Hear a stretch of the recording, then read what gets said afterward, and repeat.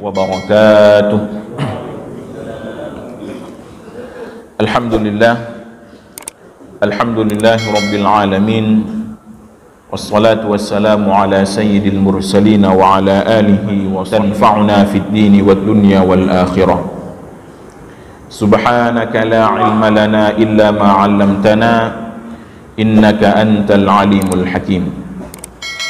Hadirin sidang jamaah salat subuh yang dimuliakan Allah Subhanahu wa taala, puji dan syukur marilah sama-sama senantiasa kita panjatkan kehadirat Allah Subhanahu wa taala atas limpahan rahmat dan nikmat yang Allah berikan kepada kita, sehingga pada subuh yang mulia ini kita masih dipertemukan oleh Allah Subhanahu wa taala dan dikuatkan oleh Allah Subhanahu wa taala untuk beribadah kepadanya dan mendekatkan diri kita kepada Allah Subhanahu wa taala. Kemudian salawat dan salam semoga terus tercurahkan kepada baginda Rasulullah sallallahu alaihi wasallam beserta kepada para al dan sahabat beliau sekalian. Dalam momen bulan Syawal ini kami secara pribadi mengucapkan minal aidin wal faizin, mohon maaf lahir dan batin kepada seluruh para jamaah yang dimuliakan Allah Subhanahu wa taala. Dan insyaallah semoga apa yang kita laksanakan, apa yang kita amalkan dan apa yang kita usahakan selama bulan Ramadan, yaitu bulannya Al-Qur'an, itu diterima oleh Allah Subhanahu wa taala dan kembali menjadi motivasi bagi kita semua agar terus belajar dan terus belajar mendekatkan diri kita kepada Allah Subhanahu wa taala. Hadirin yang dimuliakan Allah Subhanahu wa taala, dalam bulan Ramadan kemarin tentunya kita banyak membaca Al-Quran, karena di antara fadilah bulan Ramadan, dan bulan Ramadan itu sendiri merupakan bulannya Al-Quran.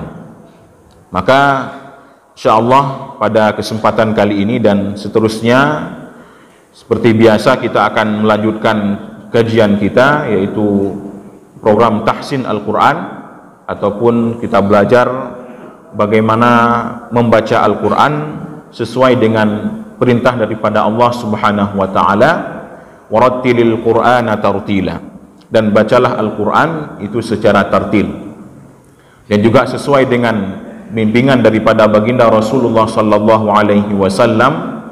Ketika Al-Qur'an itu diturunkan kepada Rasulullah, maka Al-Qur'an itu sifatnya sudah memang dibaca dengan tajwid.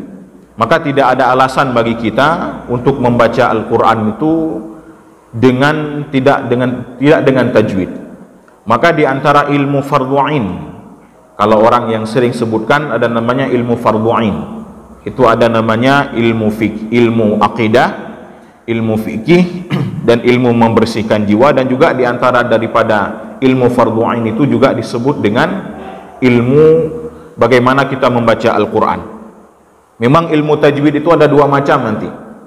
Ada namanya ilmu tajwid itu secara praktek, dan juga ada ilmu tajwid secara teori. Nah, kalau secara praktek ini, maka hukum belajarnya, hukum mengetahuinya itu hukumnya sama dengan hukum salat. Artinya kita membaca Al-Quran sesuai dengan bacaan yang benar, itu sama wajibnya dengan wajibnya salat kepada kita. Maka tidak boleh kita kemudian kita baca Al-Quran tidak dengan tajwid, tidak dengan aturan yang sesuai dengan apa yang dianjurkan oleh Rasulullah, kemudian kita menganggap itu sesuatu yang benar.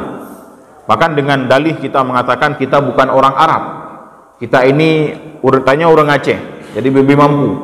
Tidak seperti itu. Sama semua kita membaca Al-Quran secara praktek itu hukumnya wajib. Sedangkan menguasai ilmu tajwid, kalau ditanya orang misalnya, ini apa hukum bacaannya? Ini kenapa dibaca panjang selama 6 harakat? Ini kenapa dibaca dengan gunnah? Nah, kalau hal-hal yang seperti itu kita tidak tahu, itu tidak masalah. Tetapi kalau membacanya dengan yang sempurna, membaca Al-Quran dengan hukum bacaan yang benar, itu hukumnya wajib, Pak. Artinya tidak ada alasan bagi kita tidak membaca Al-Quran dengan bacaan yang benar. Maka hadirin yang dimuliakan Allah Subhanahu wa taala, pada pertemuan ini kita akan kembali mengulang dan akan meneruskan apa yang sudah kita mulai, Seingat saya itu kita sudah pernah membahas dua pembahasan yang paling utama dalam ilmu tajwid. Yang pertama kita sudah membahas mengenai makharijul huruf, tempat-tempat keluarnya huruf. Yang pertama adalah tempat keluarnya huruf itu dibagi kepada 5 macam, Pak. Jadi dasar daripada huruf yang keluar daripada kita, daripada apa yang kita ucapkan, itu 5 tempat. Yang pertama adalah huruf itu keluar daripada yang disebut dengan rongga mulut ataupun rongga terbuka. Kita itu kalau buka mulut, ya, kalau kita buka mulut kita itu ada lubang, ada rongga. Nah, sepanjang rongga itu disebut dengan rongga mulut. Dari bibir sampai dengan tenggorokan itu disebut dengan rongga mulut. Itu yang pertama. Di situ keluar huruf apa, Pak? Di situ keluar huruf mad, alif, waw dan ya. Tenggorokan itu dibagi kepada 3 macam. Ada pangkal tenggorokan, ada tengah tenggorokan, dan ada ujung tenggorokan. Pangkal tenggorokan keluar 2 huruf. Yang pertama hamzah dan ha, a dan ha. Itu di pangkal tenggorokan. Yang kedua di tengah tenggorokan itu keluar 2 huruf. Huruf ha dan ain. Huruf ha dan ain. Nah, jadi ain itu bukan keluar dari hidung, tetapi keluarnya dari tengah tenggorokan. Jadi kalau tadi di pangkal a dan ha, maka di tengah ini hamzah dan ain. Kemudian di ujung tenggorokan itu keluar juga 2 huruf. Ujung itu di sini, di batasan antara leher dengan tenggorokan. Itu disebut dengan 2 huruf itu adalah huruf kha dan huruf ghin. Huruf kha dan huruf ghin. Itu yang keluar dari ujung tenggorokan. Nah, kita naik lagi ke atas. Itu yang kedua. Yang ketiga sekarang adalah disebut dengan lidah. Jadi makhraj huruf yang ketiga itu ada namanya lidah. Jadi lidah ini merupakan tempat ataupun makhraj yang paling banyak mengeluarkan huruf. Jadi di antara 29 huruf hijaiyah itu 18 huruf itu keluar dari lidah. Maka orang yang mohon maaf kurang sempurna mungkin lidahnya itu akan bermasalah ketika berbicara. Kenapa? Karena kebanyakan daripada huruf-huruf itu keluar dari lidah kita, pusat. Lidah itu pusat daripada segala alat bicara seorang manusia. Maka lidah itu dibagi juga kepada beberapa. Yang pertama pangkal lidah. Ya, pangkal lidah itu keluar 2 huruf. Huruf qaf dan huruf ka. Qa dan ka. Qa ka. Kemudian agak ke depan di tengah lidah itu keluar 3 huruf, Pak. Yang pertama huruf jim, shin dan ya. 3 huruf. Ja, sya dan ya. Itu di tengah lidah. Bagaimana bacanya? Tengah lidah itu kita kenakan dengan langit-langit atas. Jadi tengah lidah kita naikkan ke atas, tempelkan ke langit-langit, akan keluar 3 huruf. Jim, shin dan ya. Ya, sya, ya. Kemudian ke tepi lidah, samping lidah. Di samping lidah ada 2 huruf. Yang pertama huruf dhad. Nah, ini huruf yang paling sulit. Huruf dhad, waladhdallin. Bagaimana cara baca huruf dhad? Nah, huruf dhad itu dibaca dengan samping lidah. Yang disebut dengan tepi lidah ini sampingnya, bukan dengan ujung lidah. Maka kesalahan kita kalau baca huruf dhad itu kadang-kadang kita bacanya dengan ujung. Nah, maka beda nanti kalau orang baca huruf dhad dengan ujung lidah dan dia baca dengan tepi lidah, itu terdengar, Pak. Bagaimana terdengarnya? Coba kita perhatikan kalau dia baca waladhdallin itu berhenti suaranya, maka dia baca itu dengan ujung lidah. Itu makhrajnya salah. Ghairil maghdubi alaihim walad, itu berhenti. Nah, kalau berhenti seperti itu makhrajnya masih kurang tepat. Itu dia membacanya dengan ujung lidah. Tetapi yang benar bagaimana? Yang benar adalah ketika membaca huruf dhad dibaca dengan tepi lidah, dengan samping lidah, maka sehingga suara itu mengalir. Ghairil maghdubi alaihim walau. Jadi tepi lidah kita itu tetap aktif. Dia kena dengan gigi geraham atas. Itu beda antara membaca huruf dhad, walaupun tipis perbedaannya. Karena kalau terbaca dengan ujung lidah itu mirip nanti dengan huruf dengan huruf dha. Nah, ada huruf dha, huruf tha yang bertitik itu. Nah, kalau dibaca dengan ujung lidah itu akan mirip-mirip dengan huruf dha. Maka sama ketika kita baca misalnya di surah Alam Nashrah itu. Alladzi anqadha dhahrak. Nah, itu harus kita bedakan. Jangan kita samakan antara dhad dengan dha. Ada dha, ada dha. Nah, beda ya, suaranya beda. Dha. Nah, kalau dhad itu keluar dari tepi lidah, samping lidah, sedangkan huruf dha itu keluar dari ujung lidah, Pak. Bagaimana huruf dha keluar dari ujung lidah? Ujung lidah kena dengan ujung gigi seri. Nah, jadi huruf dhad itu kita kembali, dia keluar dari samping ataupun dari tepi lidah, ya. Itu karena kita mengulang. Kemudian salah satu huruf lagi yang keluar dari tepi lidah itu disebut dengan huruf lam. Huruf lam. Nah, huruf lam ini kalau dibaca juga jangan dipantulkan, Pak. Kadang kita sering mendengar imam kadang membaca terpantulkan. Seakan-akan huruf lam itu seperti huruf qalqalah, huruf yang terpantul, ataupun di ujung misalnya alhamdulillahi rabbil itu bit lam macut.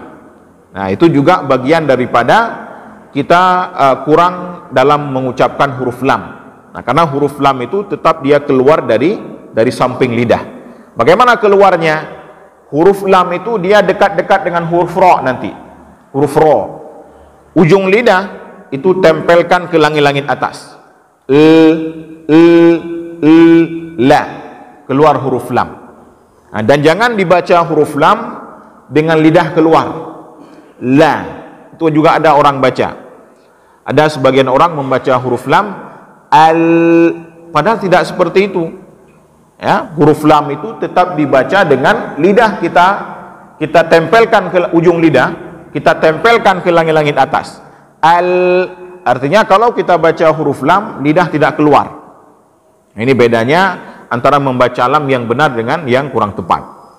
Nah, itu huruf yang keluar dari tepi lidah. Sekarang kita masuk kepada pembagian yang keempat daripada pembagian huruf yang ada di lidah. Itu huruf-huruf yang keluar dari ujung lidah. Nah, ini merupakan pusat sehingga banyak sekali huruf yang keluar dari ujung lidah di sini. Yang pertama, huruf yang keluar dari ujung lidah adalah huruf nun tadi. Ya, huruf nun. Nah, huruf nun dia hampir sama dengan huruf lam. Ujung lidah tempelkan juga ke langit-langit atas. Jadinya bacaan na, an. Nah, pada huruf nun dan juga nanti ada huruf mim, ada dua makhraj, Pak. Jadi huruf nun dan huruf mim nanti akan ada dua makhraj dia. Ada makhraj dari lidah dan ada makhraj lagi dari hidung. Nah, jadi kalau yang di dalam itu lidah. An itu lidah. Sedangkan makhraj lain dari hidung itu datangkan gunnah dari hidung. Itu pada huruf nun dan huruf mim. An dan itu bedanya ya antara mim dengan nun nanti sama-sama memiliki gunnah, sedangkan huruf nun keluar dari lidah, huruf mim nanti keluar dari bibir. Kemudian huruf lain yang keluar dari ujung lidah sesudah nun adalah huruf lam. Huruf ra, tadi lam sudah, huruf ra. Ini huruf ra ini keluarnya ujung lidah kita sudah mendekati pangkal gigi seri atas. Jadi ujung lidah itu lengket ke langit-langit atas dan sudah sangat dekat dengan pangkal gigi seri atas. Jadi bacaannya Ra, ar, dan ada getaran. Beda huruf ra dengan huruf lam, nanti dia ada getaran pada ujung lidah. Huruf ra itu disebut memiliki sifat yang dinamakan dengan takrir. Nah, itu huruf yang keluar dari ujung lidah. Kemudian huruf yang lain juga yang keluar dari ujung lidah adalah huruf sin, kemudian zai, dan shad. Ini sama Pak tempatnya. 3 huruf ini sama. Sa, za, dan so. Sa, za, so. Bedanya apa? Kalau sin dia itu berangin dan berdesis, ya, dia beda antara angin dengan desis. Kalau angin, ya, kalau desis, itu desis. Tapi kalau angin, beda antara angin dengan desis. Huruf sin kedua-duanya ada. Ada angin dan ada desis. Angin, desis, beda. Sedangkan huruf zai, dia ada desis saja, tidak ada angin. Maka kalau kita baca misalnya anza, dia tidak dibaca ansa. Nah, kalau ansa jadi sin, maka berbeda antara sin dengan zo. Walaupun kadang kita dengar ada orang baca yang hampir sama-sama. Idza sulsilatil ardu silsalaha. Itu kenapa seperti itu? Karena dia membaca zo dengan menganginkan zai, sehingga mirip seperti huruf sin. Nah, jadi beda antara sin dengan zo itu, sin memiliki angin dan desis, sedangkan zo hanya memiliki desis saja, tidak punya angin. Nah, itu bedanya. Kemudian kalau shad itu beda tebal. Nah, kalau sa dengan zo tadi tipis, maka shad itu tebal. Itu sudah pernah kita jelaskan. Cara bacanya bagaimana? Angkat pangkal lidah ke atas. Jadi bukan bibir yang kita monyongkan. Jadi kalau kita baca shad itu bukan so, bukan seperti itu. Tetapi so, pangkal lidah yang kita angkat ke atas sehingga mengeluarkan suara yang tebal. Itu semua berlaku pada semua huruf-huruf isti'la atau disebut nanti dengan huruf tebal. Kemudian lanjut, ya, sesudah itu huruf juga yang keluar dari ujung lidah adalah huruf ta, dal, dan to. Ta, da, to. Di mana tempat keluar? Letakkan ujung lidah di belakang gigi seri atas, Pak. Tak perlu ujung lidahnya di liket igonya. Di liket igo serinya. Langsung kita taruh, akan keluar 3 huruf ini. Bedanya kalau ta dan dal itu tipis, sedangkan to nanti itu tebal bacaannya. Ta, da, to ke atas tebal. Jadi sama-sama keluar dari ujung lidah, letakkan ujung lidah di belakang gigi seri atas. Itu pada bacaan ta, dal, dan to. Kemudian kita lanjut. Sesudah itu ada namanya juga huruf yang masih di ujung lidah, itu 3 huruf juga, yaitu huruf sa, za, dan dha. Dha benar, dha anqadha dhahrak. Dha zalimin, bukan dha walad dhalin, zalimin. Jadi 3 huruf ini letakkan ujung lidah di ujung gigi seri atas di sini. Ya, di ujung lidah taruh di ujung gigi seri atas. Itu akan keluar 3 huruf sa, za, dan dha. Ini 3 huruf juga. Sa, za, dha. Maka ini nanti harus kita bedakan antara membaca dha nanti dengan za dengan za. Ada kadang-kadang kita mirip-mirip kita baca. Siratal lazi, kadang terbaca seperti itu. Siratal lazi, padahal yang benarnya adalah allazi, bukan allazi. Nah, maka beda. Kalau allazi itu za, yang benarnya membacanya ujung lidah di ujung gigi seri atas. Ini perbedaan antara za dengan zo nantinya. Nah, itu juga huruf yang keluar dari ujung lidah. Kemudian masuk kita yang ke bagian yang keempat. Huruf yang keempat adalah yang disebut dengan makharijul huruf yang keempat, ada namanya bibir. Nah, bibir ini mengeluarkan 4 huruf saja, Pak. Yang pertama, dia mengeluarkan huruf fa. Ya, huruf fa itu keluar dari bibir. Bagaimana keluarnya? Nah, keluarnya itu huruf fa ini bukan bibir semata, tapi dia ada dua. Nanti ujung gigi seri atas ini, ya, mohon maaf ini, dia menempel ke perut bibir bawah ketika membaca huruf fa. Ujung gigi seri atas, mohon maaf ini, ya, itu menempel ke perut bibir bawah. Maka ketika kita baca, jadi ujung lidah, ujung gigi itu masuk ke dalam. Fa. Nah, itu membaca fa. Jangan membaca fa dengan dua bibir, jadinya p, pa. Nah, menyuruh baca dengan dua bibir itu jadinya p, ya, bukan fa kita tapi p Latin, p bahasa Indonesia. Nah, jadi bedanya itu, kalau fa ujung lidah gigi seri atas, ujung gigi seri atas bukan ujung lidah, ujung gigi seri atas tempelkan ke perut bibir bawah, maka akan keluar huruf fa dengan benar. Itu yang pertama, huruf yang bibir. Yang kedua, huruf yang keluar dari bibir adalah huruf mim, ya, huruf mim, ma. Nah, ini sama dengan nun tadi, dia punya makhraj dari bibir dan nanti juga ada makhraj dari gunnah. Ada suara dari hidung nanti yang keluar. Kemudian yang ketiga yang keluar dari bibir adalah huruf mim, huruf ba. Ya, mim ba itu sama. Cara bacanya tinggal buka tutup bibir. Fa tadi apa? Mim, ma, ba, ya, buka tutup bibir akan keluar ma dengan ba. Itu mudah sekali. Kemudian yang terakhir huruf yang dari bibir adalah huruf waw.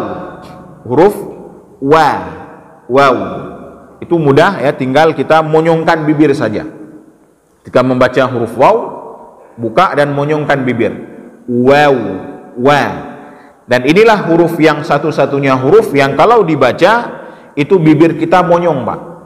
Nah, maka sering kadang-kadang kita lihat orang kalau baca huruf-huruf yang lain ada yang memonyongkan bibir.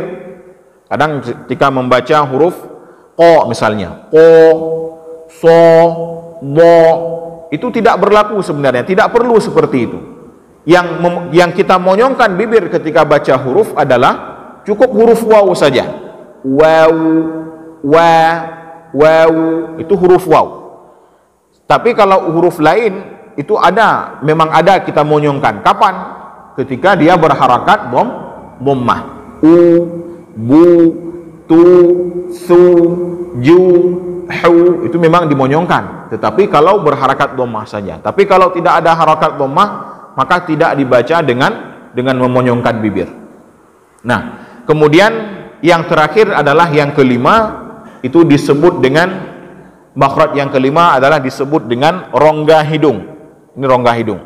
Jadi hidung kita itu juga mengeluarkan huruf, tetapi rongga hidung ini tidak mengeluarkan huruf dengan sendirinya.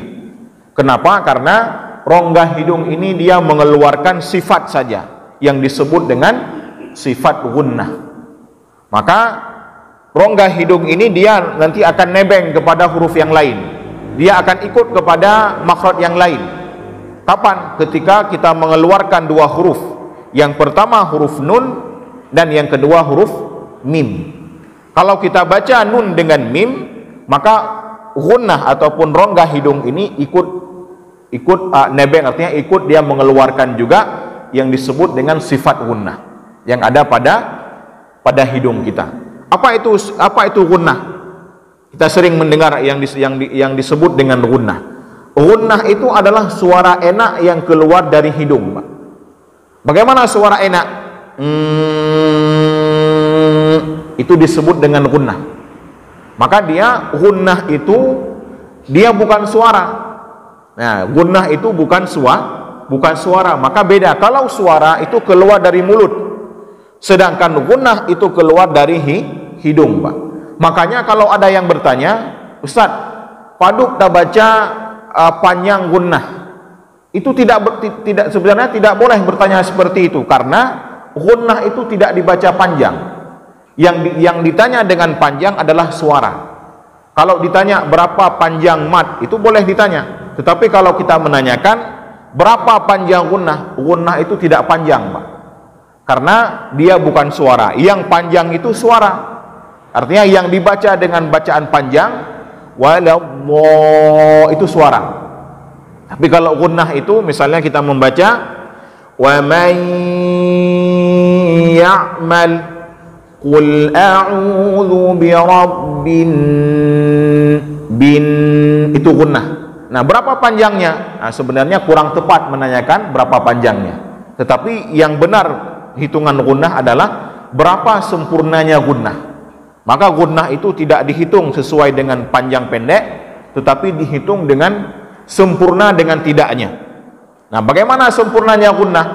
Kita lihat saja, gunnah itu paling sempurna itu ada pada bacaan wajibul gunnah.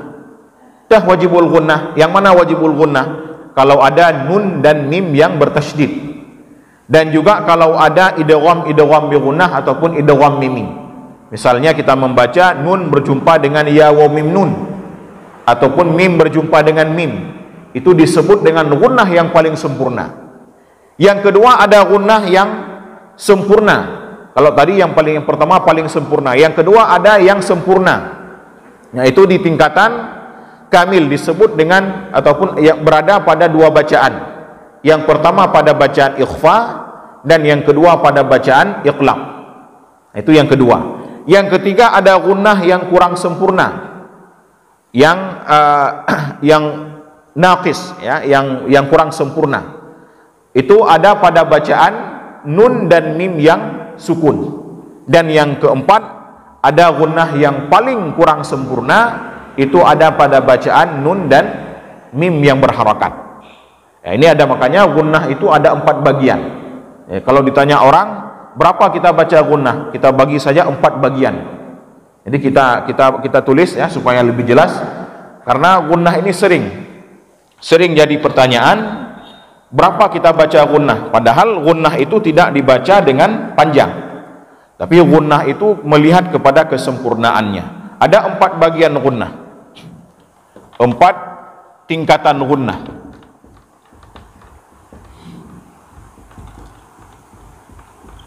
Yang pertama adalah akmal, ya. Akmal ini namanya paling sempurna. Paling sempurna. Itu terletak pada bacaan nun dan mim yang bertasydid ataupun disebut wajibul, bahasa kita nyo kadang-kadang nyo wajibul gunnah.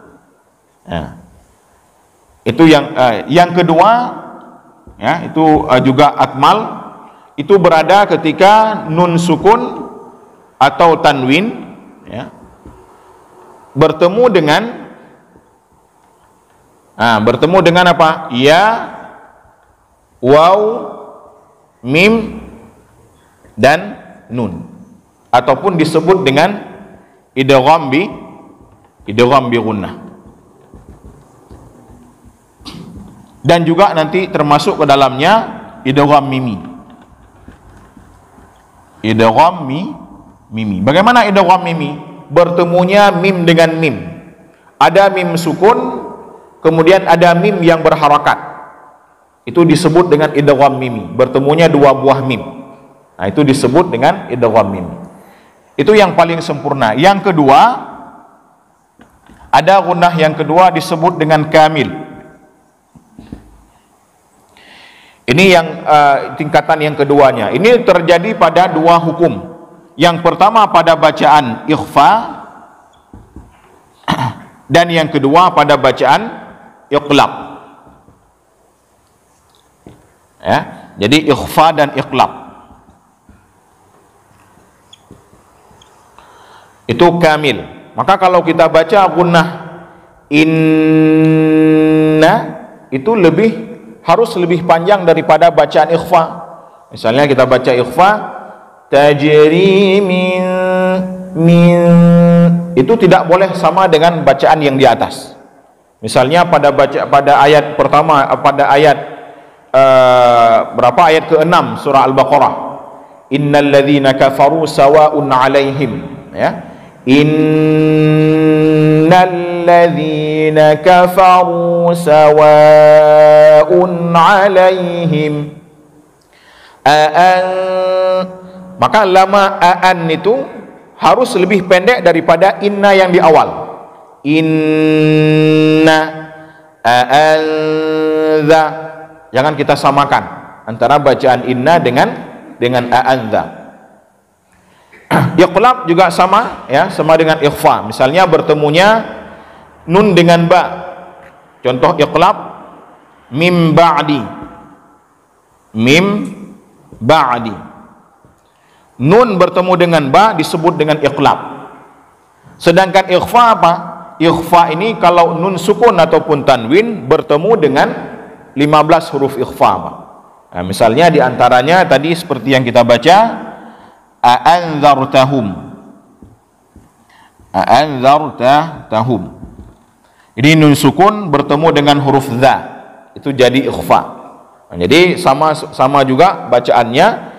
Makanya kalau dalam Al-Quran kita ketemu dengan bacaan ikhfa dan iqlab, itu ukurannya sama.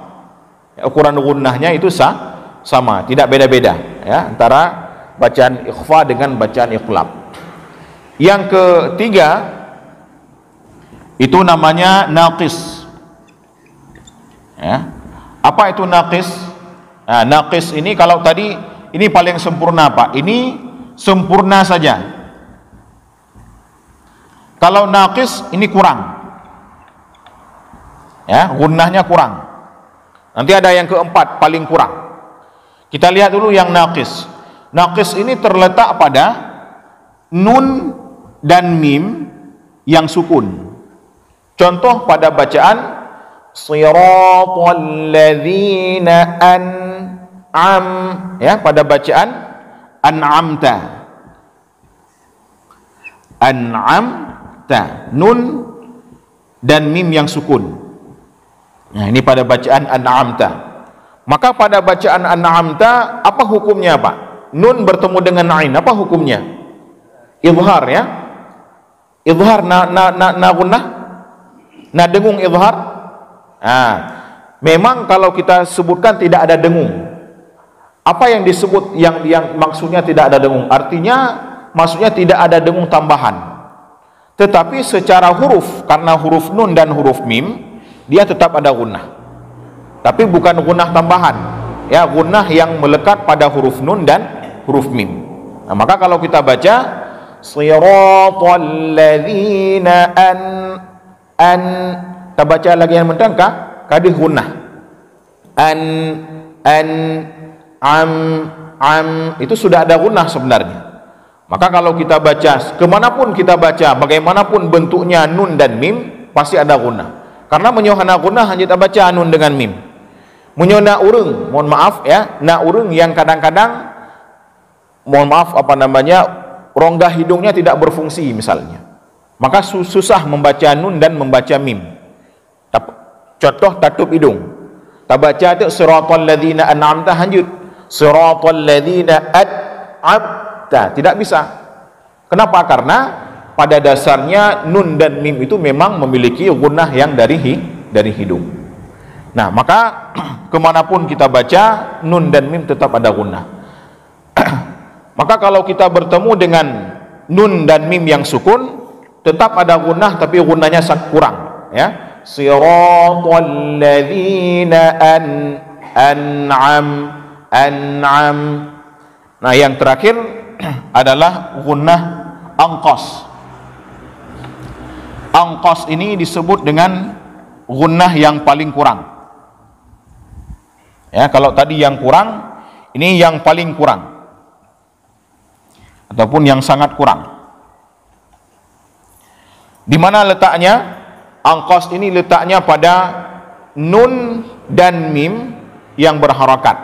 Baik harakat fathah, dhammah ataupun kasrah. Maka kalau kita baca nun ini tetap pada gunnah. Gunnah apa namanya? Gunnah angqas. Ya, kenapa? Karena memang sifat bawaan daripada nun dan mim itu memang ada gunnahnya. Ada bacaan dengungnya. Jadi tidak bisa kita baca nun dan mim itu dengan tanpa menggunakan gunnah ataupun tanpa menggunakan dengung yang ada pada hidung kita. Nah, itulah perbedaan, artinya bagaimana kita melihat tingkatan-tingkatan gunnah. Maka beda nanti ya kalau kita ada orang bertanya seperti tadi, Ustaz, bagaimana kita baca panjang gunnah?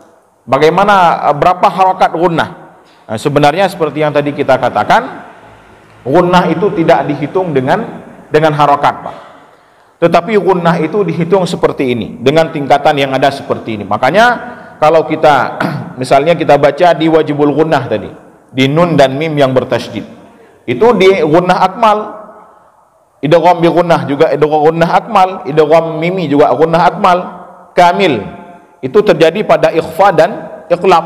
Nah, makanya nanti cara bacanya bagaimana ini? Cara bacanya kita lihat saja, posisikan akmal ini paling sempurna, paling lama gunnahnya. Dan yang kedua, kalau misalnya bertemu dalam satu bacaan tiga hukum ini, bertemu akmal, kamil dengan naqis misalnya, maka posisikan saja bagaimana kita membaca akmal paling sempurna, paling lama. Misalnya seperti tadi kita baca innal ladzina kafaru, inna, itu segitu kita bacanya. Maka jumpa dengan ikhfa kurangi sedikit, a'anda, jangan sampai sama, itu sudah sama, kurangi sedikit, a'anzartahum ya. Misalnya kita tulis di sini contohnya tadi, bacaan tadi misalnya pada ayat yang sama. Pertama kita berjumpa dengan innal ladzina kafaru sawa'un 'alaihim a'anzartahum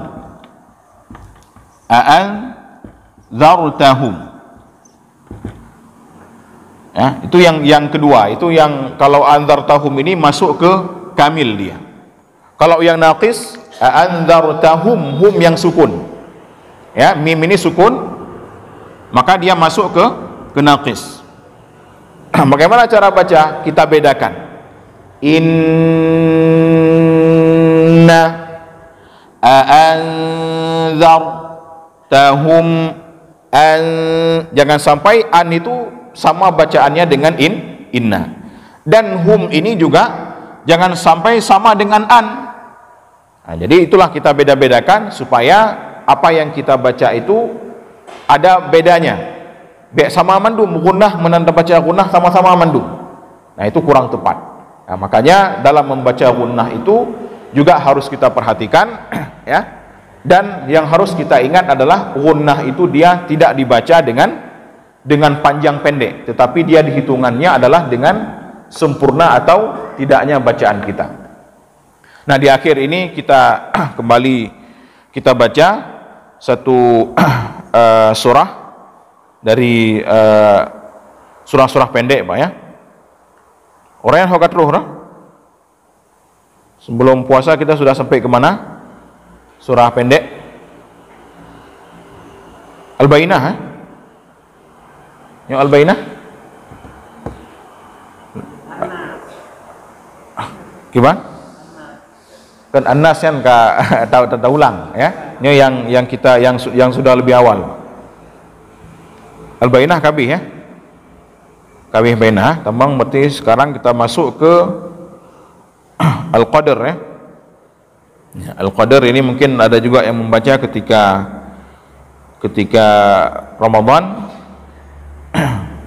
Sesudah Al-Qadr ada surah Al-Alaq. Nah, kita hari ini kita lihat surah Al-Qadr dulu. Surah Inna anzalnahu fi Lailatul Qadr. Seperti biasa saya baca sekali, nanti kemudian kita ulang bersama-sama. A'udzu billahi minasy syaithanir rajim. Bismillahirrahmanirrahim. Hanya gunnah ya, ini gunnah yang pertama tadi gunnah akmal, karena ini wajibul gunnah. Nun sukun, nun yang bertasydid. Inna anzalnahu fi lailatul qadr. Jangan lupa pada di setiap akhir daripada huruf ini ayat ini ada huruf ra, Pak. Jadi jangan sampai hilang ya, jangan sampai kita baca qad saja. Fi lailatul qadr, lailatul qadr ya, qadara bacaannya, bukan qadr. Wa ma adraka ma lailatul qadr, qadr, lailatul qadri khairum min alfi syahr. Jadi beda, kalau tadi di belakang itu huruf dal ya, sedangkan di sini huruf ha. Nah, kalau huruf dal itu dia cepat, artinya dia langsung dibaca. Tapi kalau huruf ha ini dia diberikan jeda dulu sebentar. Khairum min alfi syahr. Jadi bukan syahr, tapi syahr. Nah, itu ada jeda sedikit. Tanazzalul malaikatu warruhu fiha biizni rabbihim min kulli amr juga ada jeda, dan juga kemudian ada huruf ra-nya. Tanazzalul malaikatu warruhu fiha biizni rabbihim min kulli amr salamun hiya hatta matla'il fajr.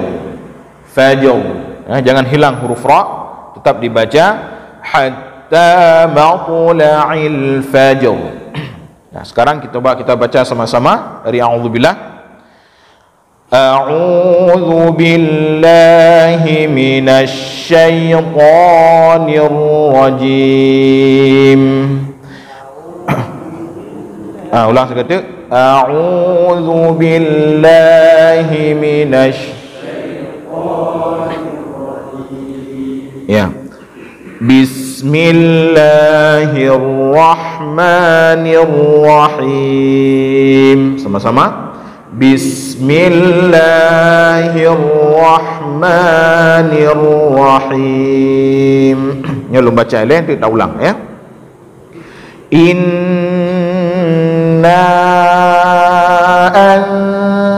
anzalnahu fi lailatul qadr. Sama-sama. Inna anzalna. Jadi yang pertama tadi gunnahnya di in ya, itu wajibul gunnah, jadi agak lama. Inna baru masuk ke kenanya, Pak. Nah, kemudian dina itu juga panjang lagi.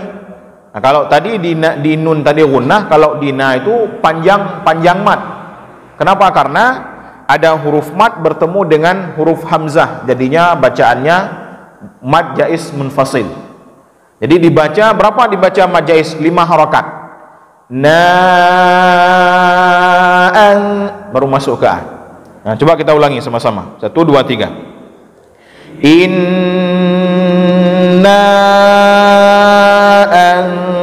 anzalnahu fi lailatul qadr.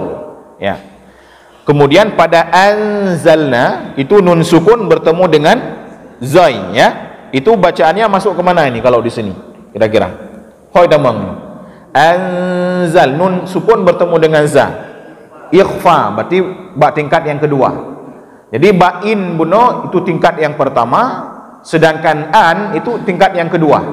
Maka berbeda, baik sama. Jangan antara inna dengan an itu jangan sama. In lebih lama, an agak pendek sedikit, ya, agak kurang sempurna sedikit. Nah, itu perbedaannya. Kemudian masuk kita ke ayat yang kedua.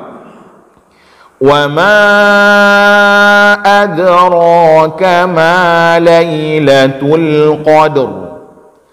Wa ma adraka ma lailatul qadr. Ya. Yang pertama itu kita perhatikan, ma itu juga sama dengan yang di belakang, dibaca 5 harokat.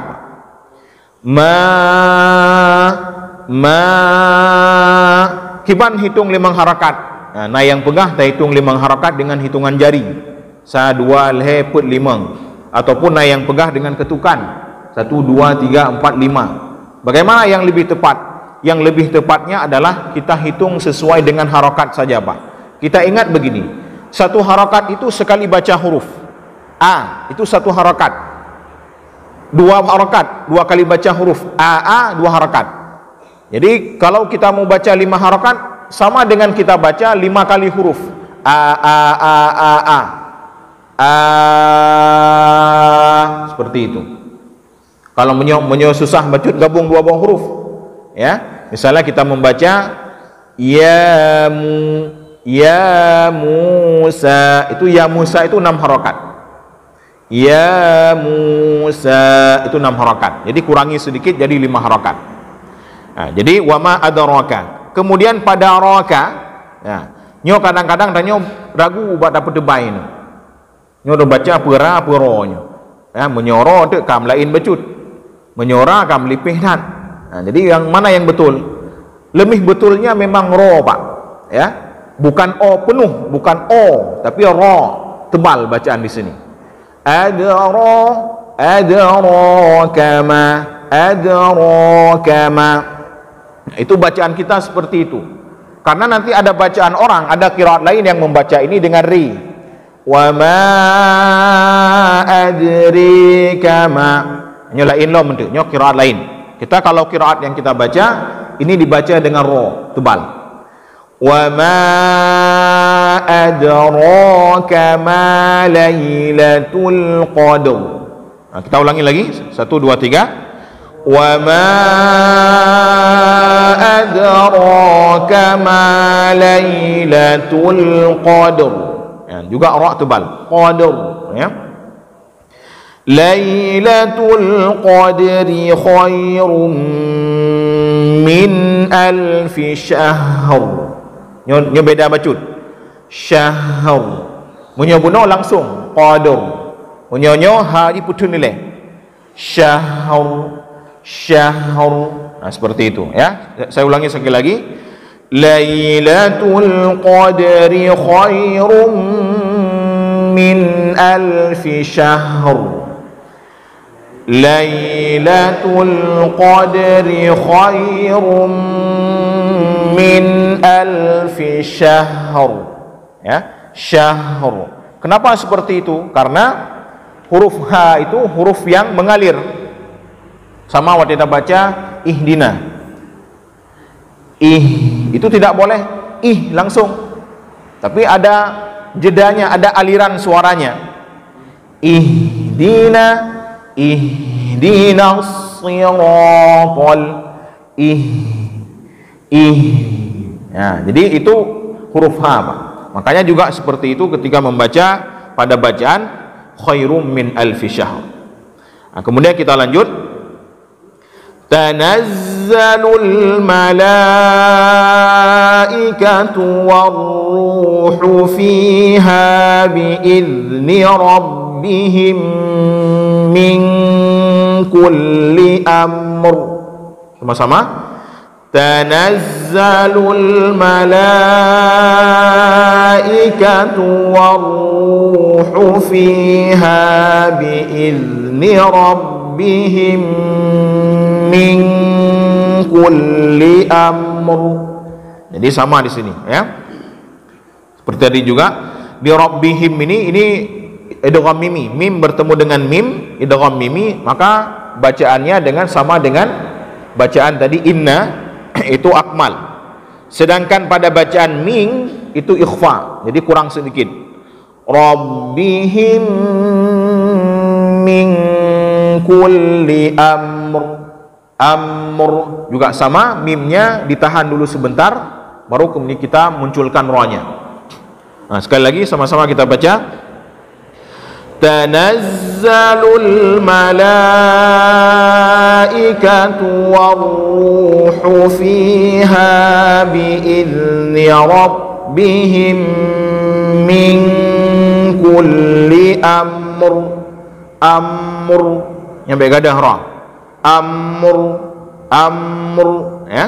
Karena menyogadah ra kurang satu huruf. Nah, kalau kurang satu huruf sama kita ada yang kurang ketika membaca surat ya, yang kita baca ini. Nah, yang terakhir ayatnya salamun hiya hatta matla'il fajr. Salamun hiya hatta matla'il fajr. Ya, yang pertama kita perhatikan di sini, Pak, itu pada matu. Ya, huruf ta itu huruf tebal. Maka coba diperhatikan matu, matu, matu, itu qalqalahnya jangan lupa, ya. Salamun hiya hatta matla'il fajr. Sekali lagi. Salamun hiya hatta matla'il fajr. Nampak lagi ra-nya? Fajr. Nah, sekali lagi. 1 2 3. Salamun hiya hatta matla'il fajr. Ya, kita ulang dari pertama sampai dengan habis dari inna. 1 2 3. Inna anzalnahu fi lailatul qadr. Wa ma adraka ma lailatul qadr. Lailatul qadri khairum min alfi syahr. Tanazzalul malaikatu war-ruhu fiha bi'izni rabbihim min kulli amr. Salamun hiya hatta matla'il fajr. Sadaqallahul azim. Ya, demikian untuk pertemuan kita pada hari ini. Jadi kita kalau untuk materi itu sebenarnya ada 3 lagi, Pak, ya. Yang pertama ada mat panjang pendek, insyaallah akan kita mulai nanti minggu depan. Kemudian hukum nun sukun dan tanwin, itu ikhfa, iqlab, idhhar dan idgham. Dan yang terakhir adalah pembahasan mengenai al-waqfu wal ibtida, di mana kita berhenti dan di mana kita memulai kembali bacaan. Jadi itu materi kita yang memang itu harus kita pelajari supaya ada gambaran, minimal kita tidak menguasai semua, ada bayangan-bayangan, ada gambaran kita belajar ilmu tajwid. Tapi nanti kalau memang ada masukan-masukan, ya, mungkin dari bapak-bapak sekalian, bapak ibu sekalian, juga dari BKM, mungkin kami persilakan nanti silakan disampaikan, mungkin agar pengajian kita ataupun kegiatan kita ini lebih bermanfaat dan lebih bisa kita pahami dengan lebih mudah, ya, pengajian yang kita laksanakan ini. Demikian, terima kasih atas segala perhatian. Kita tutup dengan doa kafaratul majlis. Subhanakallahumma bihamdika asyhadu an la ilaha illa anta astaghfiruka wa atubu ilaik. Aqulu qawli hadza wa astaghfirullah li wa lakum. Assalamualaikum warahmatullahi wabarakatuh.